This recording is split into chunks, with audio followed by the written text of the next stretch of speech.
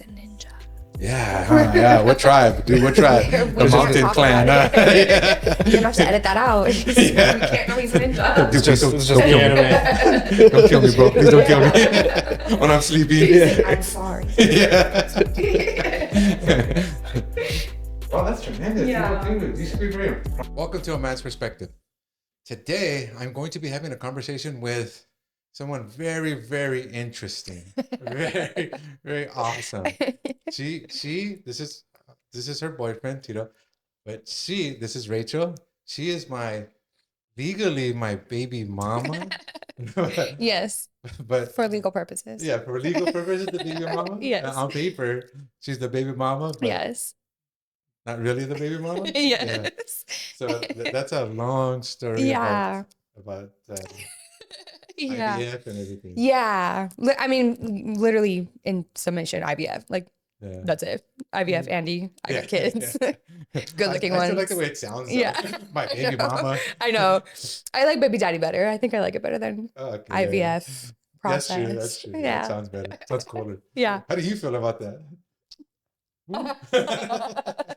What's your man's perspective on that? Yeah, right. How do you feel talking to the baby daddy right Yeah. I mean, it's cool. Yeah, it's super cool. Yeah, to finally get to meet you. here? Thank you. Yeah, Thank you. of course. Thank you. All right. So what we do on this podcast, like we discussed earlier, we ask some questions and then we discuss it, see where the conversation goes. Yeah. Cool. All right. Thank you guys for being here, first of all. Yeah, course. thanks for having us. I just met you. And I'm sure I'm going to love you too. Yeah. Period. All right. The first question. How comfortable do you feel expressing your emotions and needs to each other? Dude, that's a tough one because a lot of just people in general have a hard time really. We have a difficulty being vulnerable because it feels like they can take advantage. Yeah. There's always a fear of like letting your guard down with anybody, right? It's like you're looked at as like more powerful or more strong if you have like little emotion or you're like mysterious. You know, people like to say when someone's mysterious, it's actually because they're a really closed off person, like, and you just don't know much about them on a deeper level. Really introverted, yeah. I think that's what I thought he was before we got into like an actual relationship, was like, oh man, like he's so mysterious and so like quiet. And it's really just like I told you before, like he just protects his peace. Like he's so careful with who he gives himself to, like energy, words, anything that it is. And it just gives him this like. Yeah, but that's so wise, man, because you want to protect your space. You want to Oh, protect your yeah, peace. of course, yeah. Yeah. When did you figure out to do that? Because a lot of people don't know that, especially know. dudes. I know. Probably Teach me, shit. Yeah. I can't. Probably like my late teens, I would say, just because like I've just had like bad experiences with women or like I guess you could say girls because I was a lot younger back then. Yeah. But yeah, I guess that made me a lot more closed off with like my emotions and how like I get attached with people. Yeah, that's pretty much it. Yeah. I just been hurt a few times, so I just always like kept my distance from people, you know? Yeah. It's so self-aware. It's so self-aware. Yeah, that's very self-aware, Yeah, dude. I think that Especially takes like, that's the thing, he doesn't know it. Like he doesn't know that that's such a cool thing to have, Yeah, like to be so self-aware like to that. you, it's just like, oh, it's Tuesday. No big deal. Yeah, But I just protect my peace. Yeah. It's nothing. But you don't realize how big that is when you start Yeah. looking at other people in general. Yeah. That's huge because a lot of Yeah. people, you know, everybody likes a little drama. We just don't like uncontrolled drama. But most of the time we can't tell the difference. And we just like, oh yeah, that looks like fun. Let's do it. Yeah. You know? And then before you know it, you're sitting in jail going, damn, how'd I get here? What the fuck happened? How'd I get here? And sometimes. But I'm a woman, so Yeah, it's yeah, different. I mean, not jail drama. I'm not. Yeah. I don't want drama that ends up in jail, Yeah. but definitely. Well, yeah, but that's that self-awareness is tremendous, bro. Yeah. It's like, and you figured out in your teens, dude. I know. I was like 85 when I finally figured that shit out, dude. I was like, yeah, yesterday, dude. Yeah, right. I'm like, hey, I gotta control the people I had in my life, okay? My life is fucking crazy. Yeah. And you figured that out in your teens. Yeah. Wow. Well, just like I don't know. I feel like I don't know. I'm trying to like find the right words, but like Just say whatever, because I guess I'm just like very like I don't know. I'm one like I don't know. I guess I put my pride aside on like a lot of situations. Just wow. like yeah. I mean, I try to be very prideful, but there's a lot of times where I end up like opening up a lot and like being a little too Yeah, I don't vulnerable, think you he's know? prideful at all. I think this actually answers the question we were supposed to answer perfectly. There's no this man has no sense of pride, but there's never a time where I'm like, you need to put your pride to the side and be able to like communicate with me. I don't think communication has ever been an issue for us since day one. Yeah. He's like, we've both established a really, I think being friends before you get into a relationship with someone is so helpful. Is where you establish like a different kind of like ground with them first. It's like we're homies, and like obviously I'm gonna tell you things, I'm gonna tell you stories, I'm gonna tell you things that I probably wouldn't tell you if we were dating, right? Or like if I was trying to get to know you in a relationship kind of way, I probably would leave certain things out. But it's like it was like unfiltered, like smoke sessions and like hanging out and talking and just really like learning each other. And I think being like open with our emotions, there's no fear. Like there's no fear coming from him that I'm gonna be like, oh, like you're being a crybaby, or like why do you have so much emotion? And I definitely have no fear in like being a complete crybaby with him, because he's gonna validate my feelings through and through always. And hopefully he feels validated by me too. Yeah, And dude, that's what I you try don't. to do. The monks spend a lifetime con- controlling the fear of death and their pride. Yeah. And you did that very Whoa. young. Yeah, that you can control that. That you can kind of recognize when it's good to bring it out and when it's not good to bring it out. When it's not good. Yeah, of course. Dude, that's tremendous. Yeah. I Did mean, did you study like martial arts or anything like that? Like, were you a Buddhist? Are you a Buddhist? No, never. He's a ninja. Yeah, huh? Yeah. What tribe, dude? What tribe? We The can't Mountain talk Clan. about Huh? it. Yeah. You're gonna have to edit that out. We can't know he's a ninja. Dude, It's please just don't the kill me. anime. Don't kill me, bro. Please don't kill me when I'm sleeping. Yeah. I'm sorry. Yeah. Oh, that's tremendous, Yeah. dude. You should be very proud of yourself, brother. Thank you. Thank you. Yeah. Yeah. Yeah, that's good. I got the one. Hey, score, man. Shit. I know. Score. I know.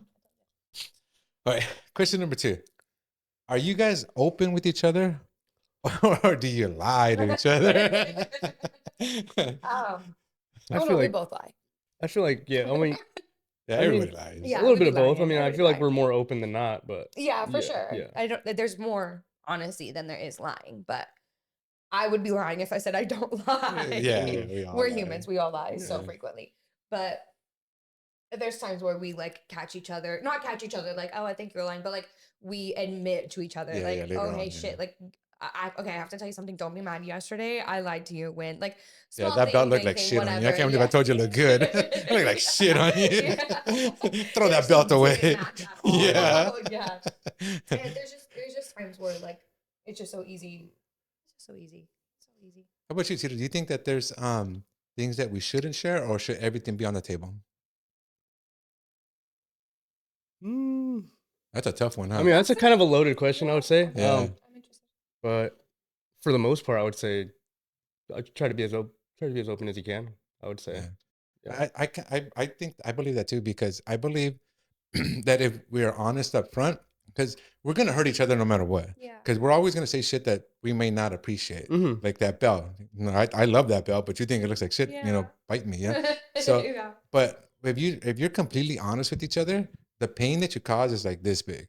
But if you lie and get caught, the pain that you cause is like this. Exactly. Big. Yeah. Yeah, and sometimes it's so big you can't get over it. Yeah. You can always get over it when it's this big. Like you can Mhm. say, well, maybe if we, let's add a gold chain to that belt. You know, maybe we can work with that. Yeah. Yeah. So yeah, I think you're absolutely right about Yeah. just being completely open It's and so Yeah. much honest. easier. I've told him a few times. We don't really fight, but we've like had disagreements, I guess. And I've told him a couple of times, like, there's literally nothing we can't talk through. Yeah. Everything can be talked through. Yeah. Unless you picked up heroin yesterday, I Yeah. think everything can be talked through. There's nothing that's like unfixable. It's not going to be like the end all be all of us, because there was a little bit of like head bumping. I'm like, oh no, I will not bump heads with anybody, perfect or nothing. That's what I want. It's gonna happen, but everything can be worked through. Yeah. Especially if you're honest up front. Yeah. Exactly. Yeah. Mhm. Good for you. That's a good way to live. That's a good way with just everything in life, Yeah. not just relationships, just with everything in life. Yeah. And I feel like doing this, like being as honest as we are with each other, like this early into our relationship as well, is definitely gonna like help in the long run. Oh, as well, absolutely. you know? It's gonna build those fundamental bonds, those Mhm. fundamental attachments that you can count on when things do get bad. Like when you're far apart or you have to go on that long business trip or something. Yeah. You know, so those are the fundamentals. Those are the strong fundamentals that most people don't build. And you guys are building them. That's tremendous. Yeah. Good for you guys, man. You guys are going to be together for a while. I know it. Oh, yeah. I know it. Oh, yeah. All right. What role do common interests and aspirations play in your relationship? That's pretty important.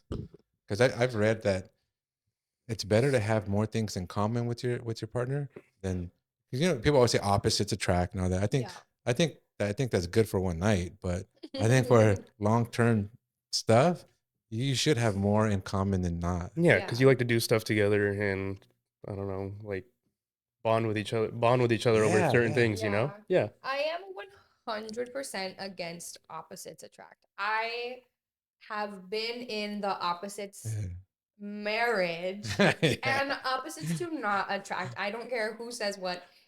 Like you said, in the long run, it does not work. If you guys can't, if it's not just about like having things that you have in common that you like, it's like that means that your opinions about things are going to be completely different. You're going to feel certain ways about things completely differently. Like it's not just like, oh, we both like skateboarding, so we go skating all the time. Like it's really like about like the way that you think and the way that you like to live your life like on a daily basis. And I feel like he's like the male version.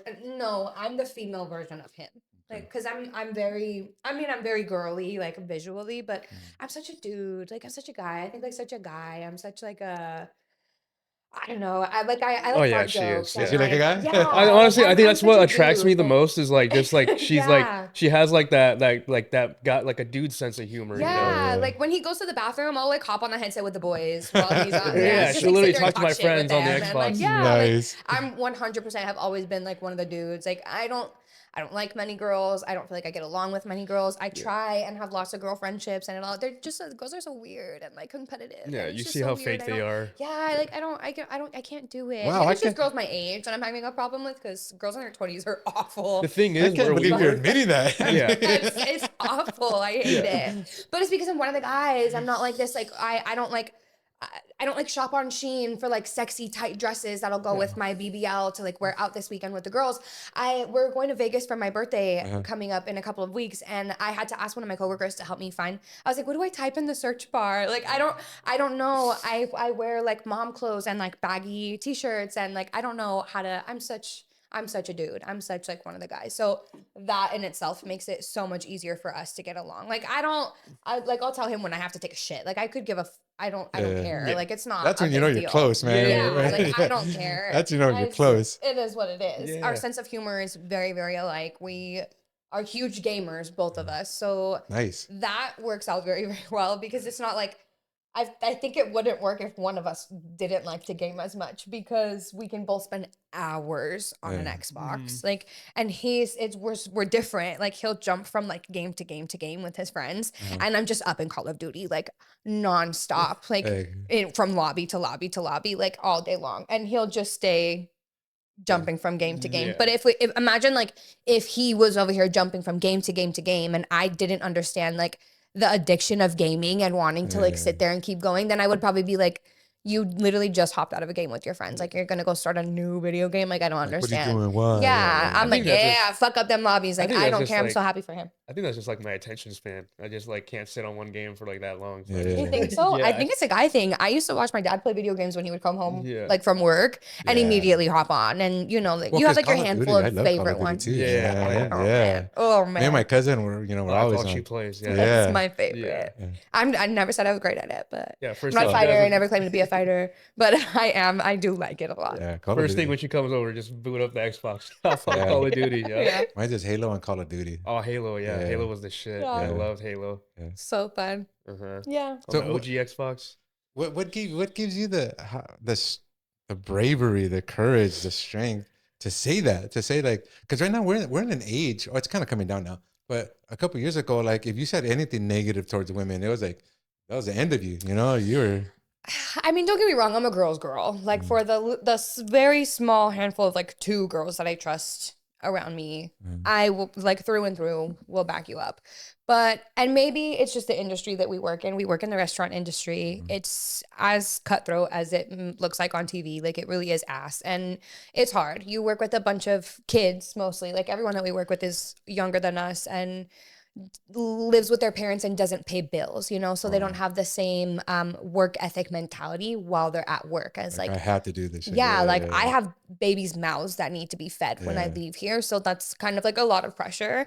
You just like really want to go out this weekend, so it's not really like a big deal if you like go home early tonight, or so it shows in like the way that they work and the way that they spend their free time reflects in their personality, right? So it's like I could immediately tell like who to stay away from and who, but I feel like regardless, even when I meet like friends at work and then I go out with them and meet their other friends and like friends outside of the circle, and then they're like, they all work at different places, right? But they're all like these trash girls that like love to talk shit on each other, and like how are you gonna sit there and like it's like watching Animal Kingdom. It's so interesting to me. Yeah, it is. And then I'll go and like report everything back to him, like, oh, you would not imagine these girls are trifling, like sitting there taking pictures of each other, like, yes, girl, go off, like, slay queen. And then the next day, like, could you believe that bitch tried to wear that? It did not look good at all. Like, girl, then tell me. Why did they I'm not saying that? This was not a personal story. This did not happen to me. No, but like, why are we like this? Why are we like this at all? I've seen chicks like dress like it just sucks. Rap. Yeah. And their girlfriend, oh, you go, girl. Yeah, go off. But then again, like a lot of the girls at work, like it's hard. I feel like it's hard for her to make friends at like not make friends at work, but like hang out with the girls at work because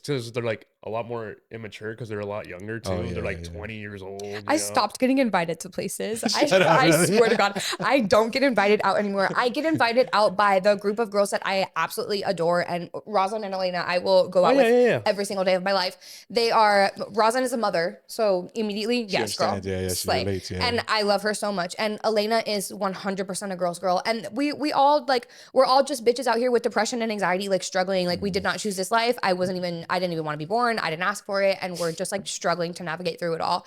And none of us care about like how many DMs we have on a daily basis, or like what's the fire selfie I'm going to get out there this week. Like I don't take selfies. Like, I don't understand their world. I don't live in it. So like odd for me to, I don't know. It's just hard. Did you grow up with this one? Because the attention that you get from selfies and all the hearts and all that stuff, depending on what platform you're on, all that triggers a dopamine release. I wasn't even allowed to have MySpace when MySpace was a thing. My mom was so like white Christian, like didn't want, like for her it was like an outlet for like older men to probably try and like message you and lure you in. And like I wasn't allowed to do shit. I wasn't allowed to have anything. And so I remember actually in middle school, I had one of my friends help me make like a fake MySpace account. Really? And I did have one. I had a MySpace. I tried so hard. I thought it was so cool having a MySpace. And before I could even navigate like how to get like a top, what do you get, like a top 3 friend? You can put like your top. Before I could even figure out how to do it, my mom had found it. And I came home from school and she was like, what is this? I was like, I don't know. I don't even know. She's a mom. Moms know everything. But she found out like a day after it was made. And I never got to really experience MySpace because by the time I was old enough, Facebook was a thing. And then everybody hopped on Facebook, and then that was a thing. And but I mean, I grew up like playing soccer. Like I played soccer and I was in gymnastics. It was never like, you know, kids are different now. There's like iPad kids, and like that's what you do. Like they come home and then they get on their iPad. I got out of school and I went to an after school program, and then after that I went to gymnastics, and then on the weekends I was at soccer all weekend. Like it was always something like, you know, like outside and fun. Yeah, that's where all these legs came from. That's nonstop sports growing up, like constantly. So that's probably why I'm such a dude too. Like I was always like getting dirty with kids. I was never like, except for in high school, I did like choir. I guess it was a lot more girls in there, but I know the kids are very young. They made me do it. Do you think that's a good idea to put the kids in extracurricular stuff? Like sports 100%. Oh my God, my oldest Rylan, he needs to be in something so bad. My son's an iPad kid. I'm so ashamed to admit it. My son is such an iPad kid. I cannot get him off of that thing for the life of me. Like, and don't get me wrong, he's sick with it, with the things that he does. Like, you've seen him. He Yeah, makes he's like brilliant. these Yeah, sick he's edits brilliant. and Yeah. like he's a genius. He Yeah. makes like motion picture, like what are those things called? Stop motion. Yeah. He like records them with his little he has like these 3D Titan figures. And he's so smart and so cool. Yeah. But yesterday he was playing soccer on the field with some kids, tripped over a twig and fell and had to get picked up from school and taken home and didn't want to go to school this morning. That's what a wimp my kid is. Like, the kid doesn't get outside. That's how much he doesn't get outside. Like, and it made me think like, damn, this morning when he woke up and was like, but look at this scratch on he was so dramatic about Andy. Oh my gosh. But I can't even breathe because I think I have a bruise on my lungs. And the nurse, after he was picked up, had told Vanessa, like, girl, it really wasn't that bad. Like, I really think he is okay. Like, I think he might just want to go home. Like, maybe he's just embarrassed about what happened but I was like, oh my gosh, we need to like take them out, like, to a park and be normal kids and like go run around and do things and like get some freaking sunlight on your skin and like go be outside. I 100% support it. I used to take Rylan hiking with me really often. He would go on like little baby hikes with me. But again, wimp. It's like trying to take a baby somewhere, but he's not a baby. He's like doesn't want to walk. And how do we balance that? Because if I close my eyes and talk to Rylan, I think I'm talking to like a 20-year-old. I know, that's the problem. I know. How do you tell a kid to go out and be a kid, but he's not, even I'm like, are you a kid? Like, I don't, he's such an old soul and he's not interested he's very like articulate. Yeah. Oh my God, it's like, dude. you can't, Jeremiah was at the party talking to Rylan for forever, just like going off on tangents. And every time he would come back over like, man, your kid is so cool. Like, and he is, my son is the shit, but he is a little wimp and I don't know how to fix it. And it's not like there's like, he doesn't have very men around him, you know, like this for us is very, very new. And we have just recently started having conversations about introducing him to the kids. And so that for sure is like exciting and is going to happen. But Rylan's already 9 years old and he's had 2 moms for his entire life. So it's like, he doesn't have like an example of what it's supposed to be as a man. He's just kind of like navigating what he can with these 2 moms and Vanessa, who swears she knows what it's like to be a man because she likes women. I don't know. It's just, she's pretty manly. She scares me, dude. I think she could take me. It's just the eyes. She just thinks she can, but I think she could take me. It's just, she can be scary. Yeah, she can be very scary. Yeah, I've seen her yawn. I'm like, oh my God, okay, I'm sorry. I sit down, I'm like, okay, I'm sorry. I know. It's not even at me. I know, I was married to her. Like, I know. So, and she's like this tall. Yeah, I've shown him. I showed him like videos of her at work that like news footage have come out or like she's on TV little several clips. times. I'm like, look at her little ass. We have to like zoom in all the way, like find her. Yeah, but she's tough, dude. She's tough. She is. She's tough as nails. But she's not a man, you know. She's not like. I mean, not to be inappropriate, but she doesn't have a penis. Like, she doesn't know how that works. She doesn't know what it's supposed to look like. She doesn't know what it feels like when it starts to hurt. And like, what are you supposed to do when that happens? So like, and we have 2 boys now, and we have 2 boys, and now we have an even smaller one who just turned 4 and is learning he's learning his body himself now. And now we have another one, and it's just, and it gets scary sometimes, like trying to figure out how to, like, how do you toughen up a kid? You know, like, how do you? Like, Rylan's gonna hit puberty soon. He is, and that's scary to me. Like, my biggest fear is my son getting bullied. I mean, like, as a parent, my biggest fear is like anything happening to my kids. But Rylan had a really, really tough time when he first started school, and he got bullied really hard. It's crazy to think that just like 3-4 years ago, like LGBTQ, this was not as normal as it is literally right now. Like, it wasn't as relevant. It wasn't as like normal yet. And so when Rylan started school, it was like, he got teased for having 2 moms. He got teased for wearing glasses and having a gap between his front teeth. And they called him SpongeBob SquarePants for like 6 months at school when it first started. And he really, really struggled to find his place. And it was heartbreaking. Like, I almost went in and decked the principal in the face one day. Like, it's so infuriating as a parent watching these piece of shit teachers and staff members do little to nothing about kids, like, within the school system. And at a certain point, they just tell you like, oh, well, you know, like, we've reached out to the parents and we've done XYZ, but it's really up to the parents' control. But like, I think that's a load of crap. Like, you guys can supervise so much better at school, especially if you're aware of the situation. Isn't there some big story that just came out where the mom came forward and she was talking about how her daughter had been telling her for months that she was getting bullied by someone. I think someone died, right? So, Yes. And this girl was actively getting bullied. Wait, Told her mom, and the 9-year-old? mom told the school system. And somehow this Wow. I didn't little hear that. I girl haven't heard still that. ended up dead as a result of bullying. When it was known, it was a known topic. They knew it was happening. And so the mom, whatever like press conference I watched, whatever interview video it was, the mom came forward and was like, here's my questions. And was basically like, how the did this happen when you knew damn well what was going on? I called you multiple times and said my daughter's getting bullied by X, Y, Z, and laid it all out for you on a silver platter, and still this all ended. Like, it's so heartbreaking. And that's my biggest fear is like, Rylan has a great little group of friends now. He's found like his little weirdo clique of friends, and they're all little weirdos, and I love it so much. But when he goes into middle school, 2 of those boys I already know for a fact are going to a different middle school than he is. And it's middle school. Like, it's a completely different dynamic. You have like now kids coming in from different schools and kind of like all merging together, and it gets like intimidating all over again. And I'm like, I want to like train him for that. Like, how do I toughen my kid up for middle school? Because middle school is like, it has to be worse than elementary school for him. It has to be. I had a bully in middle school. Ugh. The way I solved it, though, it's not the right way to do it, but it's the way I solved it. Fuck him up. Oh my! I wish he would. I really wish he would. One day I grabbed my bully. He was taller than me, so I just jumped up. I grabbed his head in a headlock, and I ran to a brick wall. I hit his head on the brick wall. Oh my God, Andy. Yeah. God damn. Well, you didn't have to go John Cena on him.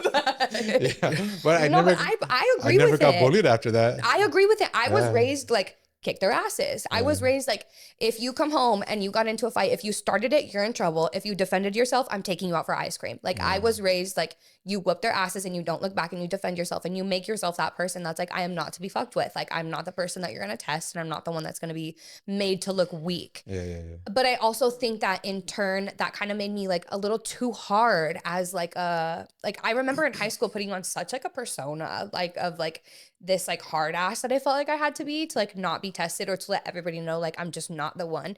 And now as an adult, I'm just not the one, and everybody knows it. Like, I don't have to make myself known. Everybody just knows. Just her demeanor, just like her whole demeanor. I'm just not. Do you think there's a way to get rid of bullying? No. And this is one thing that I was explaining to Rylan. Happen. Rylan has a phenomenal understanding of bullying. Like, he understands where it stems from. He, at our birthday party, Rylan has this little friend, and he got dropped off by his grandma. And when he got picked up, he was like crying and screaming, and he didn't want to go back home.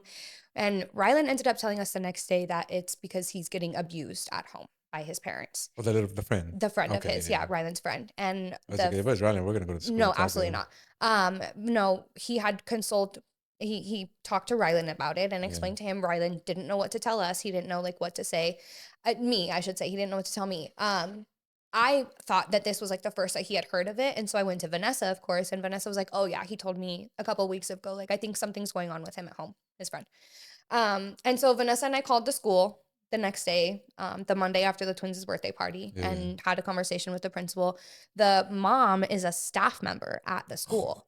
Yeah, crazy, huh? Really? So she works at the school, and the son is, as of this past week, pulled out of the school and being homeschooled now because he doesn't feel safe anymore at school. Well, I think that's the right move. Yeah. I think. But I like, regardless, You're not addressing the problem. It stems from somewhere, right? So like, this kid that's bullying, this kid and Rylan used to not be friends last year. I should have said that first. They were not friends at all. This kid used to tease Rylan constantly.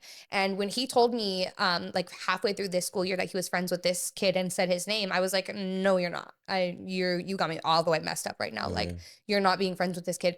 And Rylan has such a special heart, Andy, because he was like, no, I have to be his friend. Like, I'm going to.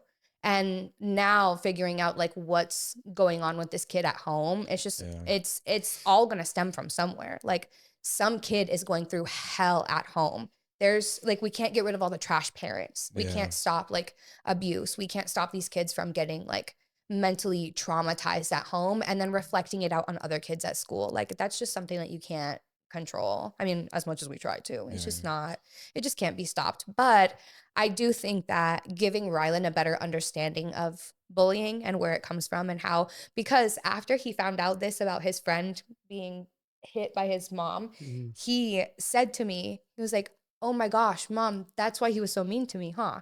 Because he gets hit at home. And I was like, yo, your light bulb just turned on. Like, that's exactly what it is. Like, he it's a cycle, and unless that cycle gets broken for every kid in America, it's just not gonna stop. The way to increase Ryden's confidence and ability is to measure what he's capable of. Like, just as an example, like he can go across the monkey bars twice without losing his breath. Make him do it 2.5, but don't give up.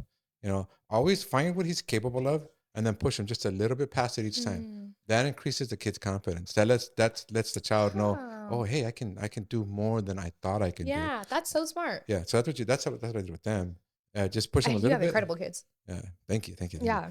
I just push them a little bit, but just a little bit past where they're comfortable, and then praise them. And when they don't meet the goal, ignore them. And I don't mean like walk away, don't do anything, but but like don't just, oh, hey, but you can do it. Not the same praise. You can do it. You can do it. Yeah. But when they do it, like, all right, get down. Yeah.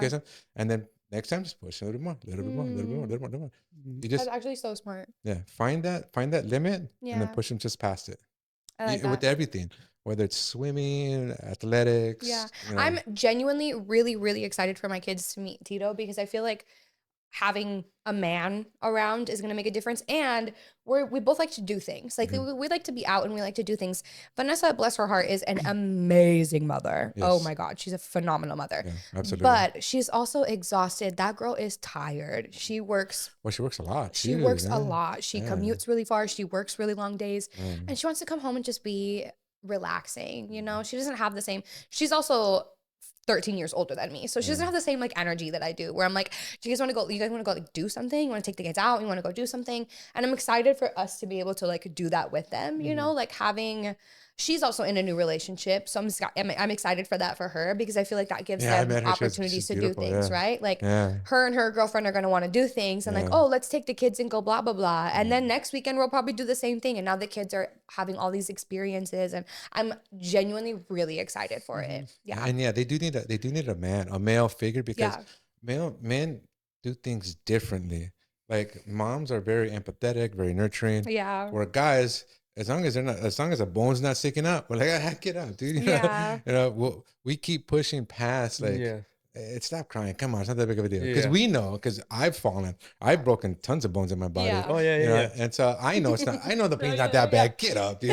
Let's go. I rode a motorcycle home with 2 broken wrists. So come on, dude. Yeah. So it's as men, because we're so rambunctious ourselves, we recognize that, hey, no, you can push past this. Yeah. So it's good that you're going to be in their lives. Especially like I feel like being raised by like just all brothers too. Like it's also like toughened me up as well. Right, you were telling me you're all brothers too. Yeah, and 5 of you, 5, right? 5 siblings. Yeah, 5 siblings. Well, it's 4. I have 4 brothers. 5 of us total. Yeah. 5 boys. Oh, yeah, I'm the youngest. I am the youngest. Yeah. Oh, dude, so you got picked on a lot. The baby. Yeah. He's got tough skin. Yeah. Maybe that's why you're so wise. Even still, I'm around him and his brother, and sometimes I'm like, oh man, are they about to fight? Are they about to argue with each other? Like I can feel the tension get a little strong.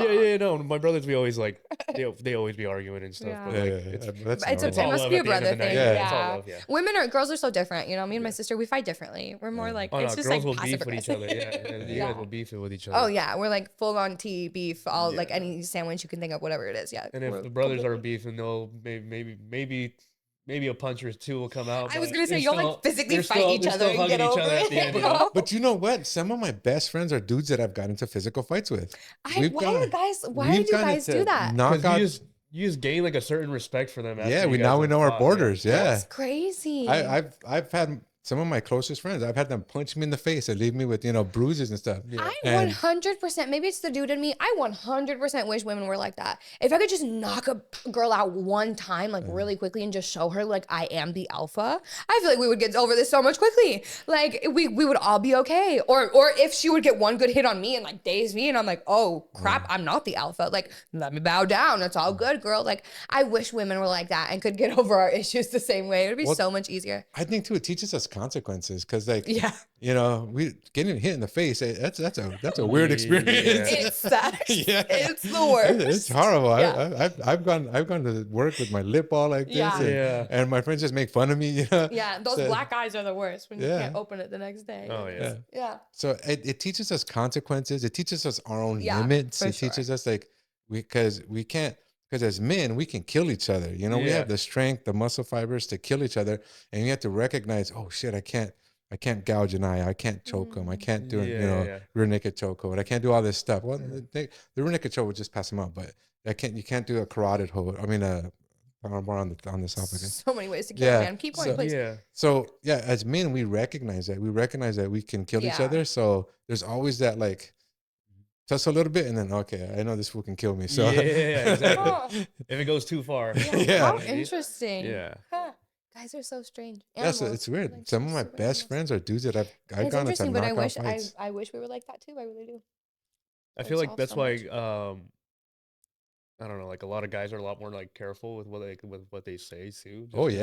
Just because I feel like as a man, like you have a lot more consequences to what you say than a woman would. Absolutely, you know? absolutely. Like I can get like you can freaking go off as much as you want. No one will say or do anything to you. Meanwhile, if I'm a guy doing that, someone can just pop out and punch me in the face. I don't know. We're gonna get fucked up. Yeah. I know which one of my friends can beat my ass. I'm like, oh, okay, I'm not gonna mess with him because I know that dude can beat my ass. Yeah. That's true. Dang, that's a bummer. Yeah. I really can pop off at the mouth, and I'm not scared someone's gonna like. That's why I'm always like, I try to like stay as polite as I can. But on the flip side of that, do you know how scary it is to be a woman and get off of work at 1 o'clock in the morning and have to like walk to your car by yourself? I don't have to worry about that. You'll walk to your car happily, stick your key in there, take your time closing the door. I'm like rushing to my car, get in, close the door. I'm like, look around the windows, check the back seat real quick, start the car, warm it up, sit there, wait for it. I don't even wait for my car to warm up all the way most of the time. I want to be out of there. I'm too scared. This is why I think this is controversial. People are going to hate me for this, but I think all women should have a concealed carry. I think all women should have a gun. Oh my gosh, I do too. The fact that all I can have on me is a taser is really upsetting. Yeah, no, really upsetting. I think all women should have a gun. That's a great equalizer. Yes, when you point a gun at somebody, everything stops. Please. Everything stops. Oh my gosh, it puts so much like, it's power. Power is the right word to use, but I feel like it gets like so misconstrued. Yeah, it's like, you just get the advantage point. And it gives you that like safety blanket of, if I lived by myself, I have roommates, thank God. But if I lived by myself, you best believe I would have like 3 guns sitting around my house. Yeah, for sure. I think you have to get training. You have to take the classes, take tactics, get shown on stuff. I don't think you just give guns to everybody. But I do believe that all women should have a concealed carry permit and carry a gun on them all the time. Yeah, me too. Yeah, so I know people are gonna like that, but that's my personal. It's a safety thing. It's terrifying being a woman. It's so scary being a woman and not knowing, no matter how strong I am, I'm not a bodybuilder. Like, I won't be able to take on a man who's coming at me from behind or even like getting attacked by a man in general, unless he is puny and way weaker than me. Like, really, which he probably wouldn't be out attacking people if he was puny and weak. Okay, so then why right now? No, but even small guys, I've gotten fights with some scrawny guys, and man, they put me to the test, dude. It's like, small ones are always the strongest. Yeah, they're strong as hell. For sure. That's the skinny. Like, I would rather fight when I see a tall, big, muscular guy. I'm like, oh yeah, I'm gonna kick his ass, because they got 30 seconds. They got 30 seconds. All I gotta do is jump around for 30 seconds, and then they're gonna be like, air them out a little bit. Yeah, they go crazy with their punches. They think they're gonna knock you out. They just try to wail. Yeah. So it's 100% punches. And most of the time they can probably like get like 10 to 15. Yeah. Then after that, you see their arms come down. Okay, now it's my turn. But the skinny guys, oh my God, when they're there, I'm like, oh my God, please don't fight, please don't fight, God, please don't let them fight, because those guys, man, they're strong. They are super strong. Oh yeah.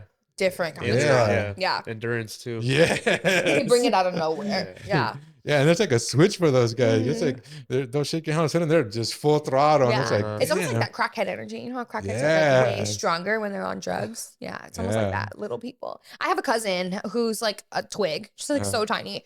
And we grew up like wrestling with each other all the time. My dad's like obsessed with MMA. He's like make each other tap out. And this girl would have me in an armbar in 10 seconds flat. Every single time. She's a quick little thing. And maybe it's so quick and tiny and fast. Yeah, it's like the speed too. Oh my gosh. I would feel like such a weak little thing on the floor, like crying until I would have to tap out every single time. And she's so small. So then where does it come from? Where does all the muscle come from? I don't know. Well, I know for men it comes from fast twitch muscle fibers. I don't know where it comes from women. Wow. Yeah, we have more fast twitch muscle fibers than women do. And that's how come it's that we have these big muscles, and then right on top of the bone, they're called fast twitch muscle fibers. And actually, Air Jordan is the one who helped us discover them, Michael Jordan. Really? But we have more of those Yeah, that's how he was able to jump from the key, you know? Dang. Yeah. Dang. Yeah, so we have more of those in women, and that's what makes our speed faster. It makes it a little bit stronger. That's bullshit. Yeah, I know, but that's the way it is. You know, that's the way. You I build want to different. be strong. I Yeah, know you build yeah, different. we're You at really are built 100%. different. Yeah. 100% built That different. But the thing is, you have to remember. I think to me, it's by design. Whether you call it Mother Nature or God or whatever, but it's by design. Yeah. Because when a woman is pregnant, she's vulnerable, and we like to look Mm. at things like right now, how we're so Yeah. secure and everything. But when you go back like 100,000 years, when we were on the savannah living in caves, you know, women were getting eaten all the time. Lions were eating, Yeah. bears were eating, almost everything could kill you when Men you're were always the pregnant. protectors. And Yeah. like, Yeah. So Mother Nature said, okay, you know what? I have to have this species survive. So let me, she has to bear children. And for that, she has a different hips. So she can't run that far. So I got to make this fool strong. You know, I got to make him Yeah. fast. I got to make him really highly territorial to want to protect her. Exactly. You know, so that's like men are highly territorial with Yeah. our property, with our women, with our things or children. We're highly in that highly territorialness, if that's even a word, makes us want to protect, makes us want to be there, makes us want to do those stuff. Exactly. So that's how Mother Nature designed us. So yeah, I think it's for a benefit. Yeah. And now look at now we're the top predator on the planet. Yeah. Nothing can beat us. Yeah. Yeah. Yeah. True. So why do women now think that they're and I haven't talked to too many, but you see on social media a lot, women think they're equal to men when it comes to physical strength and stuff, physicality. I don't. And whatever women are telling you that, or whatever, wherever this is coming from, they're damn liars. Every single woman that I talk to feels the same way that I do. Me and my sister are both equally so paranoid. We like send each other paranoid stories all the time to see who can top who. Like she'll get into her car and check her back seat. And no, one time I told her that I got into my car and had to like check the back seat for people, you know, like before I turned my car on, even though it was locked in the parking lot. Like I have to check the back seat before I turn my car on and leave. And my sister was like, oh no, I can take it one step further. I check my backseat and I pop my trunk and make sure that there's nothing in my trunk. Yeah. But I was like, oh my gosh, that's so genius. Yeah. And then we both had it, and then it went down this rabbit hole of like, why is this so depressing? Like, why do we have to live like this? Like, why is it so upsetting that as women, like this is the precautions that we feel like we have to take in order to just like make it safely home from work. Like that's crazy. That's absolutely insane to me. But women 100%, we 100% know that we are inferior to men. I know I am. Physically. For sure. Yeah. Physically. Physically. I know for sure I'm not as strong as Tito. I know for sure that I'm not. We go to the batting cages and I can't even swing a bat as hard as this kid can. He's like smacking them and I can't even like get the ball to contact with the bat most of the time. But besides that, like I just know for a fact that we're not built the same. Like we may have different like. So then women do know this. That's just nonsense they spout.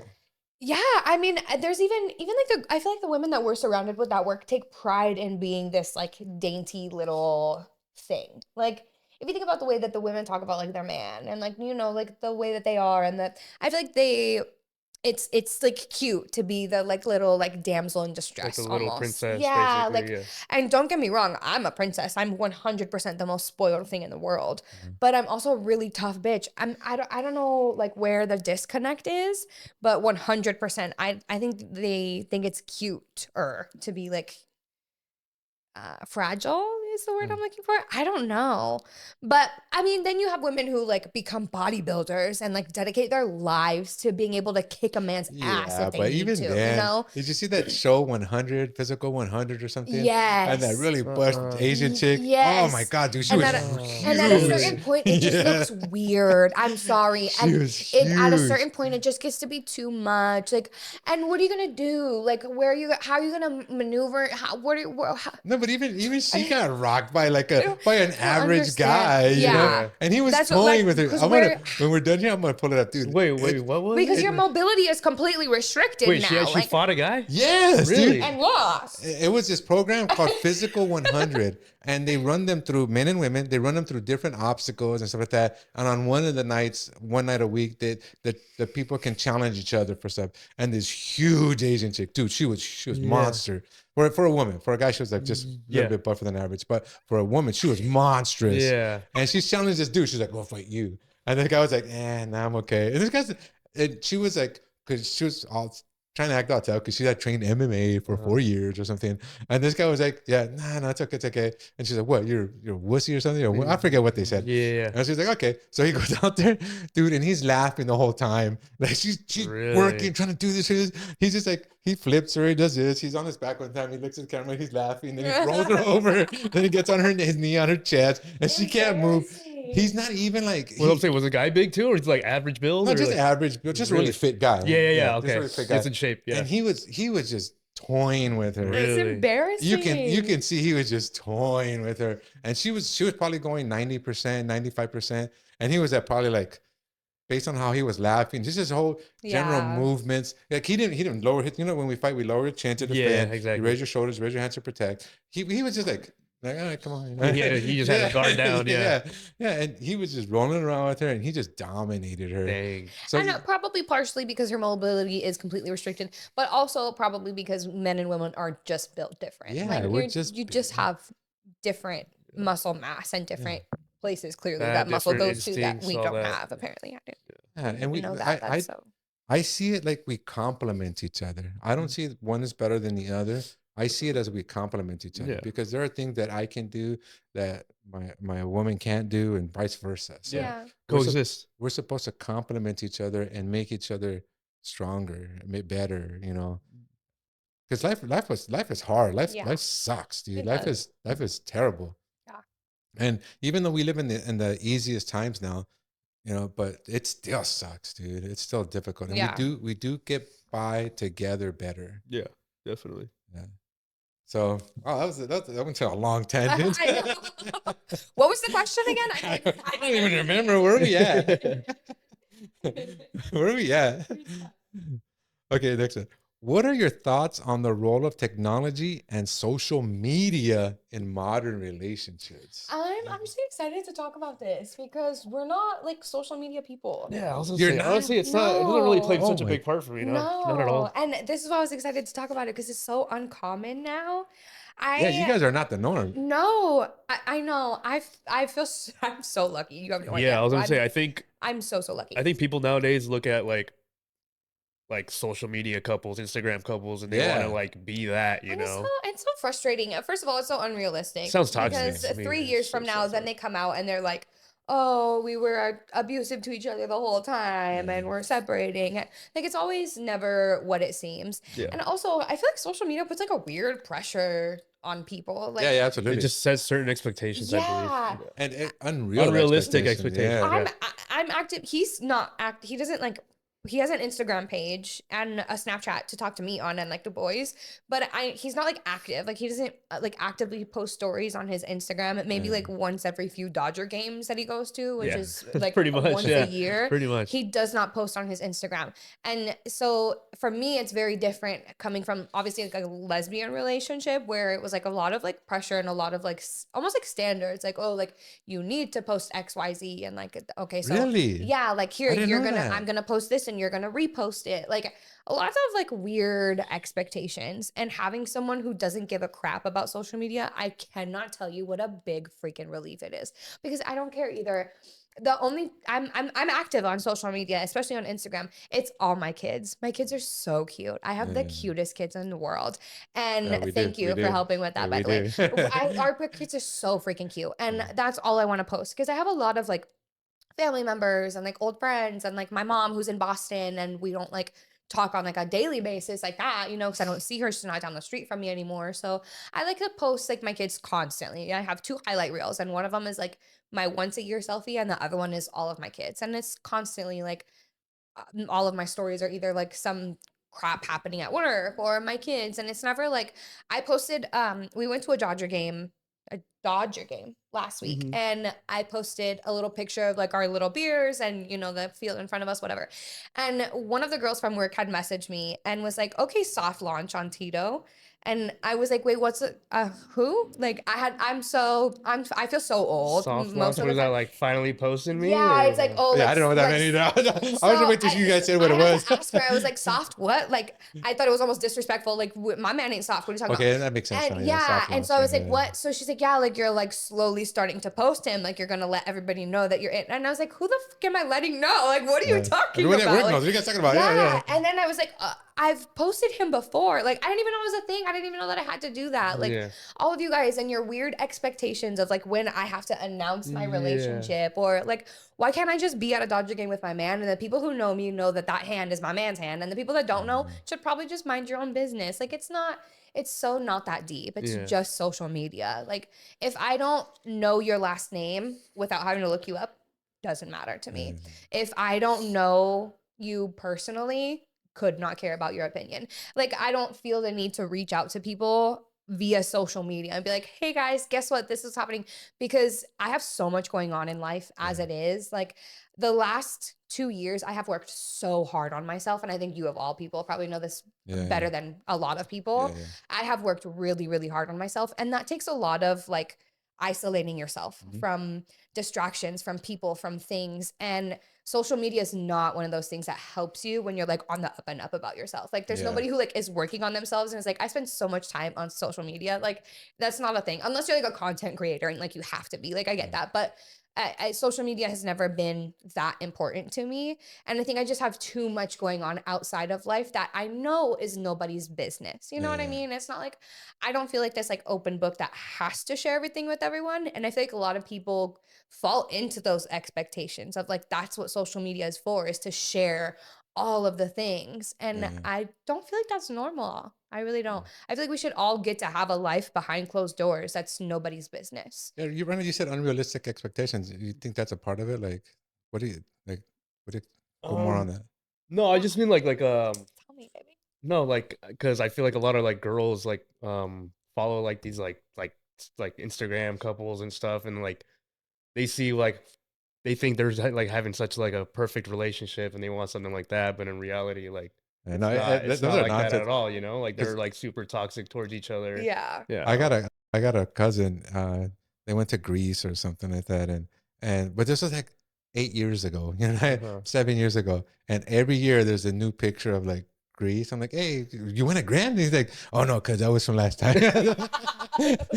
But a whole album. We're just gonna share them over the next couple of years. But on Instagram, it looks like he's going to Greece every year. You know, like fool. But in reality, it's from the same so trip deceitful. 5 years ago. Yeah, it's so deceitful. That's hilarious. It really is. I'm guilty as hell. I'm so fake over social media. Like, the pictures that I post, everything's edited. Like, I am so insecure about my body. I'm so insecure about certain things. I 100% edit my things like before I post filters them. And stuff? Oh yeah, filters. I will edit like my waistline down. I'll like I'll like close in my legs more, like the whole nine. Like, nothing that's on social media is real. If me, the little bartender from Applebee's in Santa Ana, is doing it, then every fucking buddy is doing it. There's nothing that you see online that is real if I'm and nobody is still posting like edited pictures of myself. That is so common, because I've used online dating before, and I've gone to meet up for coffee and stuff like that. And so many times I'm like, hey, where's the chick from the pictures, man? Because she's not here. Where's the chick from the pictures? I'm like, that's not the chick from the pictures. Even without the editing, just like some of the filters that go over your face, because what they do is like it slims your nose and then biggins your eyes and then brings your features all down and slims your face. And then you like immediately take it off and hate yourself because it like blows you back up and it's just your normal face, but you're used to like looking at yourself in this like narrowed form. It's so toxic. It's so awful, but it completely changes the look of your face. So even just posting like a profile picture on a dating website with a little filter on your face from Instagram, and then seeing her in person and being like, who are you? No, all the pictures she takes of us, I look like a little baby in the picture because she got a filter on, and it makes me look like a freaking child. It's true. I remember the first time that we took the very, very first picture that we ever took together, I didn't put a filter on it. It was like, we were at the beach and we were snorkeling for the day. Oh yeah, that was And cool. so, it was like no makeup. We're at the beach. It's just like no filter anyways, whatever, sunny vibes, whatever. So we took a picture, no filter. And the second time that we took a picture together, I put a filter on it. And I will never remember. I was like, oh, it's so cute. I'm like looking at it and admiring it. And he's like, why the fuck are my eyelashes so long? And he's like analyzing the picture and realizing there's a do I really look like that? Yeah, I'm like, he's like, why do I look I do not look feminine. I do not look that feminine. It's so funny. You're like, who's that dude in the picture with you? No, seriously. Who's your girlfriend there? Like, oh shit, that's me. Yeah. It's so wild the filters now that you could do, man. It is so wild. And you've never been into social media? You don't? Not really, no. The only time I really was on social media, like when I would post a lot, was when I used to like skateboard a lot, and I would just post a lot of like my skating clips, all that stuff. But other than that, no, I was never really like. It's because I've never been like a photogenic person, so I've never been one to like. That's not true, dude. You're very handsome, dude. Look at you. You have a tremendous look about you, I dude. just never had the confidence. I don't know. So hot. I just. Ridiculous. And you know, he's the guy that everybody wants at work, and he doesn't even know it. He like I've told him, and he doesn't believe me. Other girls have told him, and he doesn't believe me. Like I'll sit there with another girl at work that I know loves my man, and I'm like, do you not understand? Everybody likes you. Elena will tell you straight to your face. Oh yeah, that like, that time that time I remember I was just like, okay. Everybody, and it's good to be humble, brother. It's good to be humble. Like, oh my God, you're with Tito, and I think in his head it's like, dude, you're with Rachel. And so we both have this perception in our minds of like, damn, I'm so lucky to have got you. Like, I'm with you. Yeah, those are the best relationships. Yeah, when I met her, I'm like, that literally like, because she was in a relationship with her ex Jody at the time, and I was just like, God damn, like this girl's so cool. I'm like, of course she's freaking lesbian, man. Fucking course. I'm like, a fucking course. You're like, dang. Yeah, literally. I'm like, God damn. I'm like, of course the coolest chick here is a freaking lesbian, man. And then here we are now. Okay, hey, you wanted to end, brother. Yeah, you wanted to end. That's what matters. Yeah. You wanted to end. Persistence, kids, will get you everywhere. Let me tell you, and I'm not talking about him, I'm talking about me. I was very persistent in like hanging out with him. I felt like I was like, I know he's gonna be a tough like nut to crack. Like I know that there's more to him. And I know that if I hang out with him like a little bit more, but I kind of had to push it. Like I was the one definitely. You had to make it known. Like coming one day, I remember one time at work. So we go on these little like smoke breaks, and we'll say like showtime, like it's showtime. Because we'll be like passing by tables or like people at my bar, and we don't want to say like, oh, we're gonna go smoke. So we'll say like, hey, showtime, and we'll all, the smokers will go outside for a smoke break, and we'll all like hit our pens outside, shoot the shit for a couple minutes, whatever, go back inside. And one day I was like, ooh, I'm gonna take his pen home with me on purpose so that I have to see him after work, right? Like, oh, that was on purpose. You're not gonna go home without it. Like, that was on purpose. Yeah, so you're not confession time. You're like you need it. And at the time, we were only working with each other, I think like one day a week, like once or twice a week. We only saw each other like a couple. Now we work with each other. Our schedule is exactly the same. Yeah. Oh, wow. And at the time, we were only seeing each other like maybe twice a week maximum, and we never had the same shift. It was always like overlapping shifts at that. Yeah, like she's just leaving as I'm coming in. Yeah. So I was like, I'm taking it home with me. I'm gonna message him after work and be like, oh my gosh, I'm so sorry, but I don't live that far from work. Do you want to come pick it up? And so that's exactly what I did. Halfway. Yeah, I told you, women are trifling. I'm so trifling. So I took it home with me. I did just that. I messaged him and it worked. I was like, I'm so sorry, but if you want to come over here, like I'll roll us a blunt to smoke, like on me. Don't worry about it. Like just come through. And he pulled up, and that kind of like was the beginning of. I still was the one ever saying like, come on, let's go hang out after work, or like, what are you doing? But that definitely was the start of like this little. Women are very creative, because I had one time. It was me shooting my shot. I had to. Oh my God, I had to. I feel like because she knew I wasn't going to, so she. I did. I knew he wasn't going to, but I knew he wasn't going to, not in like a, oh, he's such a like wimp kind of way, but in like a, like, I don't think this man is going to let me in kind of way. Like, I think he's too good. Like, he's too good for me. You know what I mean? Like, I'm not going to be able to get that, but I'm going to try. And I think it was just more like. Yeah. Like, God, like, I don't know. I'm trying to like think like Well, women are very creative. I had one time. She was telling me, I can't get my seatbelt in. I can't get my seatbelt in. Oh my gosh, that's a good one. And I was like, the seatbelt. You know what the hell? So I reached over to get it. I was like, boom, she kisses me. So I was like, well, wow, that's pretty creative. That's good. Yeah. Create some physical contact. Yeah. Reel you in close. Mm-hmm. That's good. That's a good one. Tomorrow. You can borrow that one. I'll let you borrow that one. I can't get my seatbelt on. Yeah. I don't know how this works. I've fallen and I can't get up. Yeah, so women are very creative. Yeah. Yeah. But they're creative in a cool way. Because men are kind of like blunt and unromantic. Like, hey, want to get down? You know? Yeah. Or like that. I thought that was so cool. You know, the seatbelt. Oh, I don't know what's wrong with my seatbelt. And I'm like, what the fuck? That's a new car. Oh, well, let me go over there. Let me help. And then we're making out. So, yeah, that's smart. Yeah. So it's very creative. It's very romantic. It's very appealing. It's very, Oh yeah. endearing. It makes you want to be around them more. So, Yeah. Women are good at that. Yeah. Don't let me. Well, you guys look good together. Thank you. Okay, let me see. How do you manage stress and external pressures while maintaining a healthy relationship? Like, do you guys, what we were just talking about, do you guys have people outside of you trying to still hook up with him? I'm sure I'm sure there's still dudes talking about her, how hot she is. Oh yeah, Actually, yeah. yeah. I mean, if you don't mind talking, but like, Oh no, go ahead. I mean, I'm a bartender, so it sucks sometimes. I have regulars that are guys that come in. I have people that come in and specifically sit down for me at the bar. Like, I have people that come in and hit on me constantly, and So how do you guys so work does through that? he. How do you guys work past I that? get very territorial.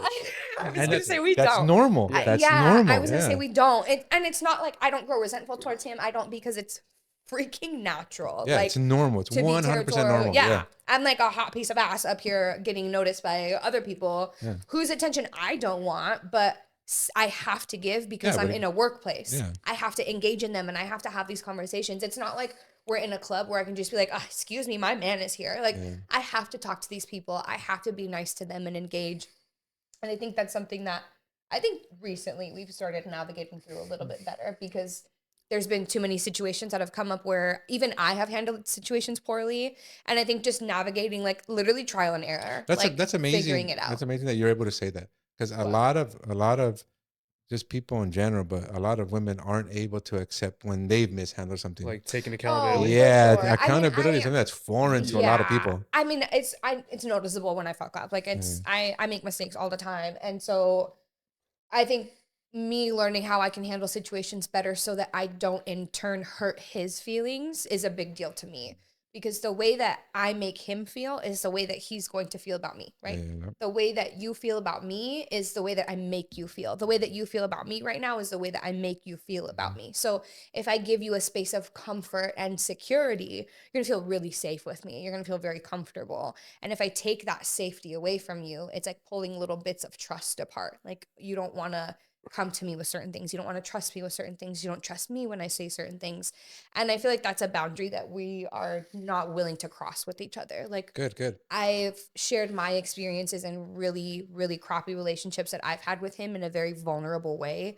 And he's had really bad experiences too. And it's kind of just like we're both in a place where we're both so tired. Like, we're both so tired of BS and like, like dishonesty and fake people. Yeah. And I really just want someone who can establish a solid ground with. And Tito, let me ask you, how do you deal with this? Because a lot of guys have this problem, like pride and that territorialness comes partly from our pride. Yeah. How do you as a man, what's a mental process you go through?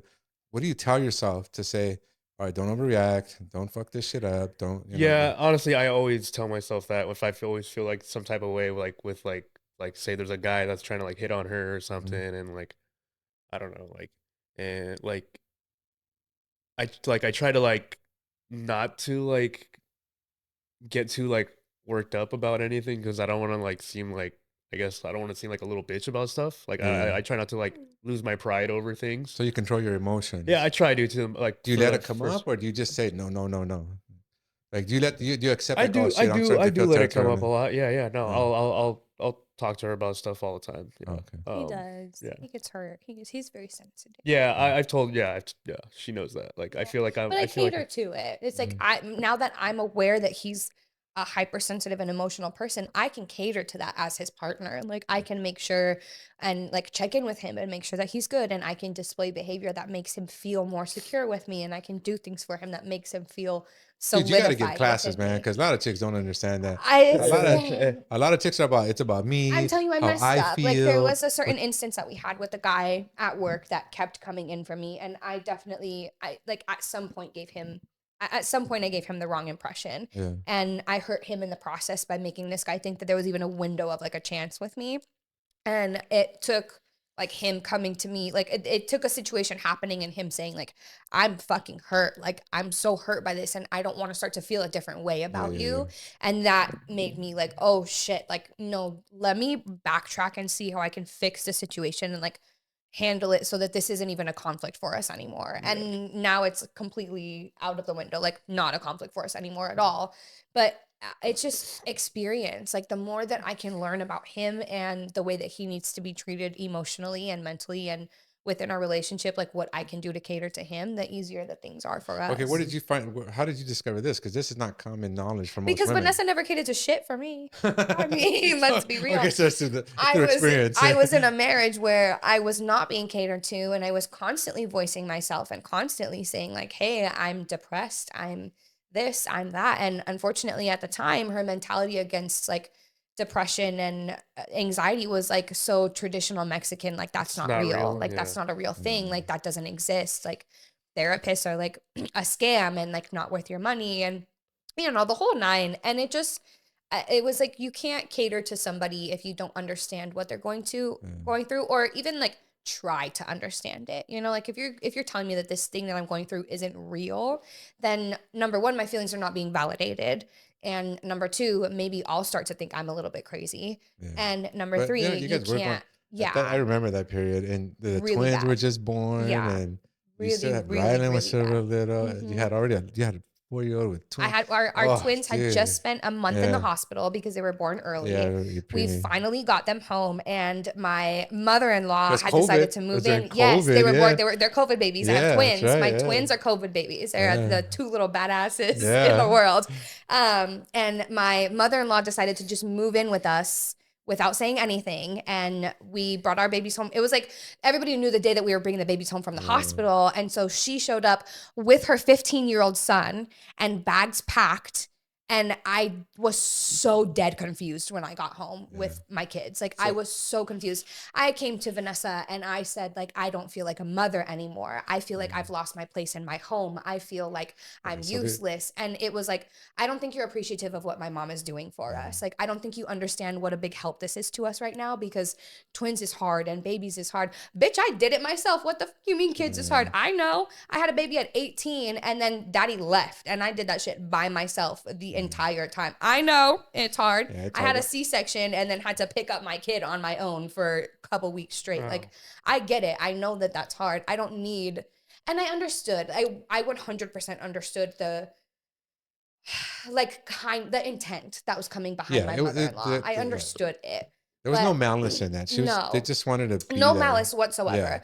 But at some point, boundaries were crossed. Communication was not to be had.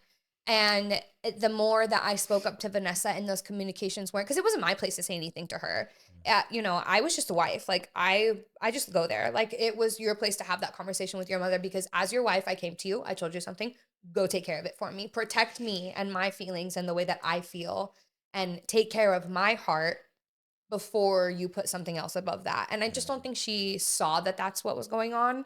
Well, it's also too, because remember in Latin culture, the moms are like the Virgin Mary. I know. The moms, you know, my uncle. So I am with my mom. And your mom is a Virgin Mary. Don't get me wrong. No, his mom is a fucking saint. Oh my God, she's the sweetest. She's like the sweetest, like traditional Mexican. I love her so much.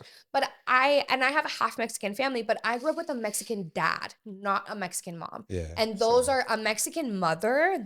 There's nothing like a Mexican mother. Like, let's be real. And a Mexican father, like, doesn't even say I love you. Like, doesn't know how to express emotion. Like, also didn't think that depression was real or that I should be going to therapy, you know? Like, he was like, nah, just take this joint instead. Like, you'll be fine.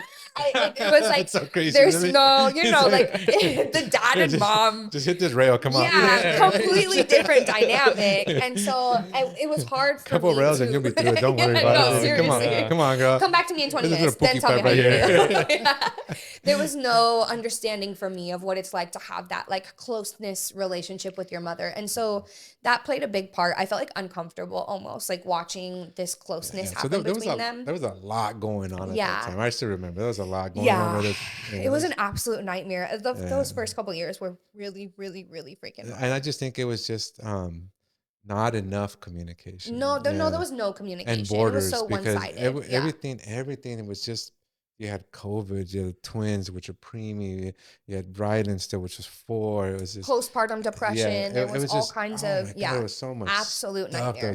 You guys just got dumped on, dumped on, dumped Yeah. on, dumped on, There you And dumped go. then on. at this same time, Rylan was getting bullied in school. All that Yeah, stuff that I yeah. said So before, it's like, that was all at the same time. It was yeah, like an absolute nightmare. It was yeah. awful. And I just felt like the more that my needs weren't being met, and I was married, like I chose this person for life. I take it back, by the way. Takesies, backsies for real. But I chose this person for forever. Like it made me realize, like, but I would never treat somebody this way, or like this isn't how I want to be treated. Like I have very vivid, my memory sucks. I have the worst memory in the world. Like everything for me is so foggy. It doesn't matter what age I'm thinking of or what time frame. Like I think my trauma has just like messed up my brain and like the receptors. So my memory is just awful. Well, But we I block have a lot of stuff clear, out. yeah, As I'm like humans, we the Yeah, block a lot queen exactly. of of I'm it. like, stuff. Yeah. I think Oh, I'm like your queen brain just block. blocks I stuff know, out. I really am. But I have clear memories of me having multiple daily breakdowns at Vanessa's house. And I had like a specific spot in the garage where I would go because if you immediately open the garage door, you can't see anybody in the garage. So if they would come looking for me and opened up the garage, they wouldn't know I was there unless they really like came in and looked around. And no 2-year-old is really going to come in and like look around the garage. So I wasn't worried about it. And it was like my breakdown spot. Like I would go multiple times a day and just break the hell down because there was nowhere else in my house that I could go. There's my mother-in-law. There's my wife that won't take care of me. There's my brother-in-law who is also going through his own thing at the time, was a whole other thing. And And it just, everybody was going through it. yes. You were going through it, Vanessa was going through Yes. it. And our marriage was for sure put through the ringer and it did Yeah. not survive it at Yeah. all. Well, anyone that goes through that much stuff in that short amount of time period, it's gonna put so much pressure. It's Then gonna neither put, one of us were strong enough for yeah, it. everyone was just getting put through the ringer. Yeah. Everyone in that house was getting put through the ringer, Yeah. and it's so it's almost expected that things didn't work out. Yeah. Because it was so It is. It was like difficult. inevitable. It was so difficult. Yeah. I mean, I was praying for you guys. I really wanted you guys to work out because you guys look so cute together. I know. You know, and I can tell you loved her, and I can tell she really Of loved course. you. And I will always have love for her. She's the mother of my children. Like, and I think her being such a good mother, it's like the cherry on top of the cake for me. I feel very fortunate to have a good mother to co-parent with. Like, it makes me happy that she's excited to like meet my boyfriend and that my boyfriend's excited to meet her. And the dynamic just works now. But you know firsthand the hell that we went through to even get to this point that we are today is a miracle, like an actual God-given miracle that we are where we are right now. I equated to like being in a Vietnam prison camp. No, seriously. Like it just goes to show like how much good can come of putting the work in. Not that you guys are beating each other up and all that stuff, but just how much pressure was on your guys as a family unit. Yeah. There was so much pressure from it's like every time you guys turn, there was just, here's another calamity that we have to get through. Here's another calamity that we have to get through. We just got through this one. And the twins, there was always something wrong with the twins. So there's another calamity. It was just like calamity, like landmine after landmine after landmine after landmine. Yeah, everywhere you step. Yeah. So it was just, it was just, I was like, I'm telling you, I was just praying every day. Every day I was like, to God, to and Buddha, my mom to would tell me Allah, the same thing too. Like, this isn't the life for you. I just know it. Like, I just know that this isn't your life. Like, because I would tell her at first, like, how happy I was, like, to be a little, like, stay-at-home wife. And, like, you know, I love being at home with my kids. And I love being a mom. And I love just having nothing to do all day but to take care of my kids. Like, it fills my soul with so much joy. And I would tell my mom how happy I was. And she was like, you're not, though. Like, you're saying it out loud, but you're not happy, and this is not the life for you. You're not with the right person. And I used to think all the time, like, oh my gosh, she's such a hater. Like, she just doesn't like her. But I don't want to say right or wrong person. I just think there was so much going on that it with anybody. Like, if my kids, I adore my kids. I'd give my life for my kids. But if we go through that many landmines in that short a period, I'm gonna grow some resentment. I'm gonna grow like I'm gonna feel some kind of way about everything that's going on. Yeah. So I don't want to say right or bad for each other, good or bad for each other, because I loved you guys together. You guys were so adorable together. I think I at love a certain you. point, I love like, Vanessa. there's so much damage that gets done. It's hard to go back from, like, especially certain, like, words are so powerful. The tongue is a sword. You can say such hurtful things to someone and it will stick with them for the rest of their life. And I think that we hurt each other intentionally too many times that it was like when we came back to this point of like, do we try this again? Like, are we going to work on our marriage and try to figure it out? And we did, and we did, Yeah, and you we guys did, are and a we lot. did, Yeah, a and we lot. did, Yeah. and we did, and we did. And no matter how many times we did, we were always fighting over the same thing. It was always that thing you did that hurt me, that thing you said that hurt me, that thing that you did. And it just, you can't go back from that. Like, we ended up going through therapy for co-parenting and figured out how to be parents together outside of being in a relationship. And the biggest thing that she kept telling us was like, you need to understand that there's going to be a different dynamic between you guys without the pressure of having to fix your marriage. So you've just taken out a really big problem in the middle of a situation. And now you just have this little thing to focus on. You're not working on your marriage. You're not working on building trust with each other. You're not, all those things will come naturally because now all you have to do is focus on being good parents and being in the same room as each other. Like, it was, we really just started off as simple as that. Like, just be in the same room as each other. And damn, did I not want to be in the same room as her. The way that I wanted her like 10 houses down from me instead. But it really, like, at some point, I can't even tell you when it happened. It just shifted. Like, the more that we were forced to be in the same house with each other, and like the kids start to interact, you know, like, even if she's in this room on this side of the house and I'm in this room on this side of the house, the kids start to interact with, you know, the both of you, and they start to like merge and conversations happen. You come into the kitchen, grab things, do things, whatever. And at some point it just became easier. Like, it just became easier to be around each other, watching her be with the kids, watching me be with the kids, not talking about like cheating and relationships and hurting each other and stealing things, and like not having to talk about all this garbage that had happened through our divorce, and just being parents. Like, it took so much pressure off. You guys seem like you're in such a good place. The We kids, are. the twins party, you guys look so great together, man. I was like, it's awesome. Yeah, you get the respect, the admiration.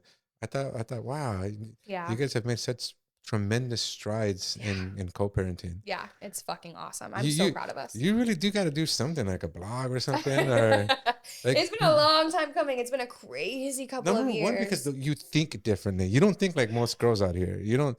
I'm just realistic. You have to be realistic. If you're not realistic, you're like Delulu. You can't 100%, but that's not the way it is. Yeah. Reality, the way things are, is different than the way you think. Yeah. I've spoken to some girls that, and not that I was engaging in a relationship with them, but just in casual conversation, meeting them at work or whatever. Yeah. They're so delusional. I won't ever tell them to their face, but I'm just like, oh my God, you really believe that? Yeah. Oh yeah. You Almost really every girl is believe that? Delulu. Yeah. Oh yeah. Like, and oh it's God. also a trend to be Delulu. Like, it's cute to be the Delulu girl. Like, oh, I would rather be Delulu than be like, I will be 10 toes down for my man and be Delulu about the fact that he is cheating on me than deal with the fact that he is cheating on me. That's wild. What are you talking about? You're saying that you know that you're that's crazy. That's like a different, but that's like a whole other thing. That's crazy to me. And the fact that women are so in denial, I want to be as like self-aware as possible. I'm trying to be like that girl. I want to be the example that my daughter looks up to and is like, my mom is a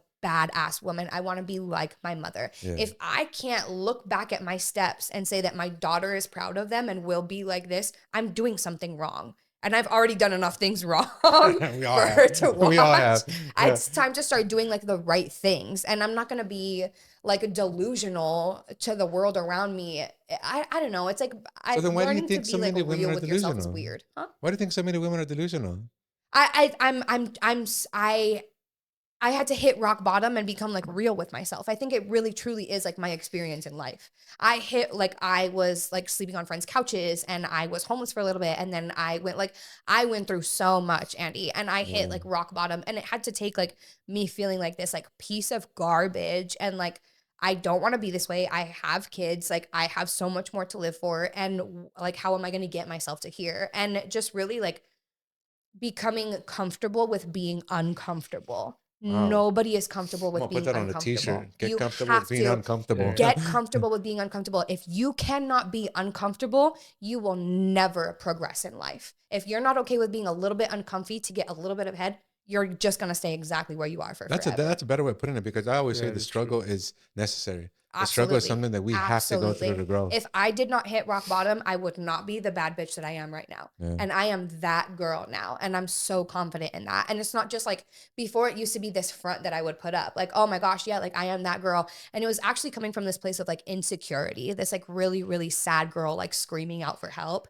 And now instead it comes from this like really loud voice of confidence. That's like, I have worked so hard to get to where I am. And I'm so proud of myself. You should be. It's just, I think it's just different experiences and life sucks. Life fucking sucks. Yeah, it does. But this one makes it so fun and so easy. And I just met him, but he looks like such a cool dude. It just keeps getting better and better. Yeah. You know what? I love doing things with him. We've just begun. And he's the most fun person to do things with. Like, he's so, like, go with the flow. And again, back to the, like, opposites attract thing. Bullshit. That's so not true. Because we're so alike and we're so both go with the flow. Don't have to plan out a day. And being married to somebody who does have to plan out the day, does need to have an itinerary to go somewhere. It doesn't work. You go somewhere and then something goes south and then spontaneity is gone. And then you're bumping heads for the rest of the time because you need something planned and you're willing to go with the flow and just pick up and find something to do.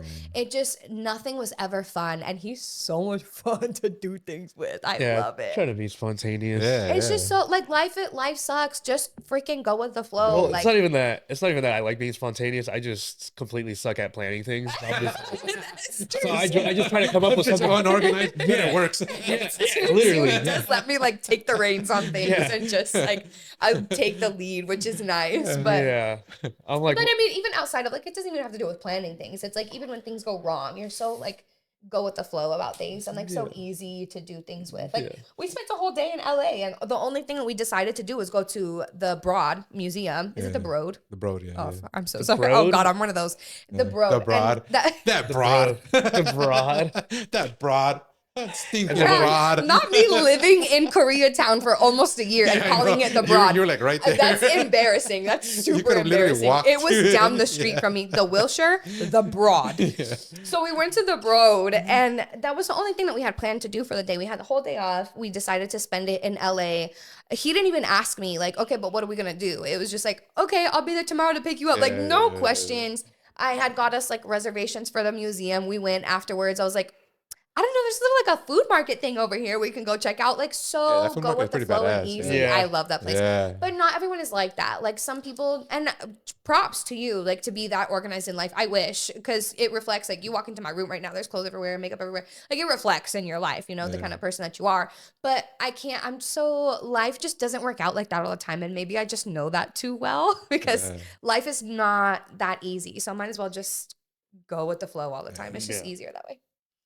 And wow, what an interesting conversation. This turned out to be more than I thought. I know.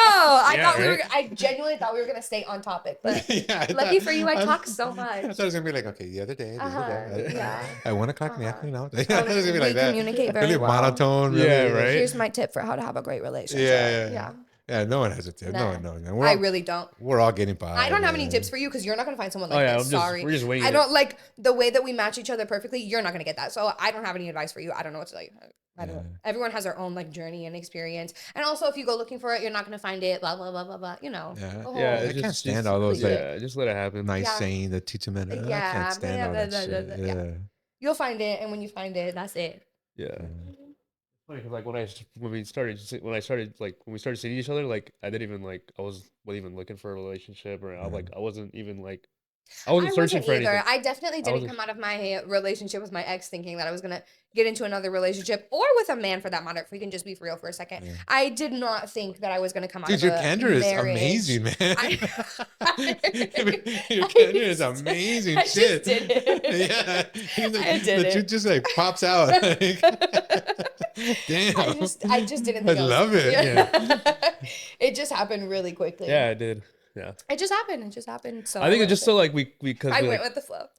I don't know, like we just clicked so easily at work and like I don't know, we just got along so much. And we always have. I think since the first, like even when I was still in a relationship, when I first started working there, like I always thought he was such a cool dude. I was always like, he's probably such a kick-ass guy. Like when he walked in, I got that feeling. I think that's why like a kick-ass dude, man. I know. I think that's why why I was like super friendly towards her too, is because like I knew I like because she's like, well, like I said earlier, because she was in a relationship with Jody, like I knew I didn't have a chance with her, so I'm just like, oh, she's a friend, you know, like she's super cool. But I don't know, she ended up having an interest in me, and like I don't know, did. yeah. That's good that you knew you knew the boundaries too, because a lot of guys, we get my attracted, and I we love that so much. we- That's we probably what I made me go definitely for him. respect. boundaries, I yeah. definitely respected her boundaries. That's probably too. what made me go for him. Yeah. Was like he's the only guy, and especially most guys see it as like a challenge. Like, oh, a lesbian, I can crack See if I that. can flip that. Yeah, and I think the fact that he respected it just made it so much different for me. Like it made it like, okay, period, go off. We love a king, love him. I'll stick with it. Yeah. Wow. So thank you so much, man. This has been Yeah. tremendous. Yeah. Hey, thanks for having us. Usually we Thank try to you. keep it to like 25 minutes, but I know this in way Holy more than shit. 25 It's minutes. like what, like 45 minutes? So at it least? was actually an hour and some. Oh, really? Yeah, hour Yeah. and some. Yeah, Yeah, because the producer said so. Because the program we use gives us recommendations like, 25 minutes because of attention span, all this crap and stuff like that. Well, that's not true. That's a lot of editing you had to do right now. I'm huh? addicted to like a couple of podcasts right now. One of them is it's the Canceled podcast, which is very contradictory. But I love the Canceled podcast so much. I love Tana. I want to be her best friend so fucking badly. Yeah. I feel like we would be amazing friends and have the best of times. And we're both on like this same like self-love journey right now. Oh my God, don't even get me started. I love her so much. And Trisha Paytas is also very contradictory. And I love her to death. I think she is the cutest ditzy little thing ever. Ditzy. She's genuinely so sweet. I listen to her podcast all the time, and I listen to Tana's and Brooke's all the time as well. I love them so much. I think that they're both so perfect. Oh my God, I love Oh yeah, when we like something, we'll they're stay engaged. like 2 hour long. That was my point in that. They're like 2 hours long, their episodes. And I will sit and I will listen to them. I will be driving and then it's not done. So then I get out of the car and I put my AirPod in, and while I'm walking, like finish it, and then I go do something and then put it back into my car. And then like I will go for a while. Yeah. Well, with this, you got to reach the because when you like something, you'll engage in it for an extended period of time. If you don't like it, then you're not going to engage in it. So you have to start off small to like give them little pieces and make sure they like it, and then they'll engage even more. Yeah, yeah. And you're so like interesting. fishing. You really are. You're so hot. I know. I'm just glad I was able to like contribute to the conversation. Yeah, you were. Brother. Thank you. Thank you for being here. You're so cool. Yeah. So we're gonna close this out here. Yeah. Yeah. Thanks for having us. Oh, thank you so much. So Thank much you. fun. Yeah. You're so cool. I love I'm you so glad I guys. got to do this with you. Me too. Yeah. Thank you. Well, to everyone out there, thank you for watching A Man's Perspective. I hope you've learned something. I hope you've grown. I hope you enjoyed this. And if you please hit like and subscribe if you also if you have any questions, put them in the comments. And me or my guests will try to answer those questions. I'll answer them right now. Yeah. Thank you guys.